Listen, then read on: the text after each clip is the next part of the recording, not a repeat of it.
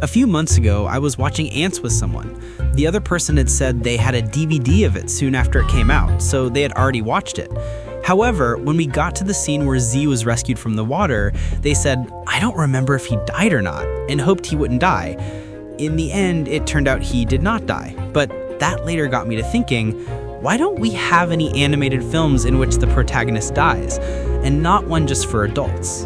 Well, I looked it up a bit and found out that besides a Ghibli film or two, All Dogs Go to Heaven and a Transformers movie, no other animated films really had the protagonist die, and if they did, they would come back to life or something. So here's my idea.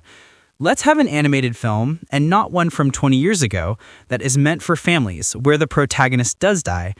Of course, if it's in a violent way, many families won't want to see it, so let's say it's a natural death. Or maybe from some illness. See, that's another thing many animated films relax on. So let's have the protagonist living with some disease and has to stay in the hospital.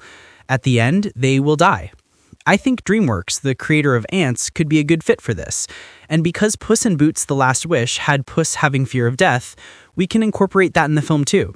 The protagonist finds out that, due to the disease, they are going to die in a few days, and think that after that, everything is over for them forever. However, they accidentally get into astral projection and find out the opposite is true, discovering the afterlife and things, and heavenly reception. By the time they would die, they would be at peace. You know, all those things. And they can meet their previous lives. Yeah, to be honest, it would borrow a bit from Robert Monroe's books, but make it a bit less complex and more family-friendly. And we could also add in some comedy. So, what do you say? Should DreamWorks make a film like this? I think it could be a daring project, but good. DreamWorks is known to take risks a lot.